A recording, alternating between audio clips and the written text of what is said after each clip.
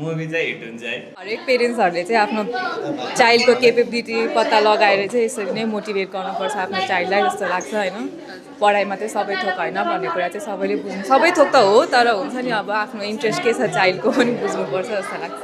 जुन हामीले बच्चामा आफ्नो त्यो हुन्छ नि स्कुल जाँदाखेरि साथीहरूसित ब्याक बेन्चमा बस्दाखेरि पढ्नलाई त्यो गर्ने कुराहरूमा चाहिँ एकदम त्यो हेर्दा त बच्चाको कुरा याद आयो क्या। पढाइभन्दा सिप पनि कम छैन बारेमा पनि एकदम तपाईँको त्यो बाउले मात्र पढेकोलाई जो मान्छेलाई पढ्न इच्छा छैन त्यो मान्छेलाई तपाईँले त्यो हुन्छ नि उसको हातमा सिप छ भने उसले त्यही हिसाबमा गयो भने त्यसले गर्न सक्दो रहेछ भन्ने मोटिभेट आयो क्या लास्टमा गएर। अहिले हेर्दाखेरि चाहिँ मैले बच्चालाई प्रेसर दिए जस्तो लाग्छ तर भाइहरूले पनि फेरि भोलिका दिनमा बाबुआमा भइसकेपछि त्यो हामीले पनि बुझ्थ्यौँ आफ्नो बच्चामा चाहिँ फर्स्ट भइदियोस् भन्ने लाग्छ त्यो सबलाई लाग्छ तर त्यो दुइटै हेर्दाखेरि तपाईँको एउटै हिसाबले जान्छ क्या। अब पढाइको तर्फदेखि हेर्दाखेरि पढाइकैमा अब जस्तै बाउले त अब आफ्नो छोरो राम्रै बनोस् भन्ने सोच्ने त हो नि, कुनै पनि आमा बाउले अब नराम्रो त सोच्दैन।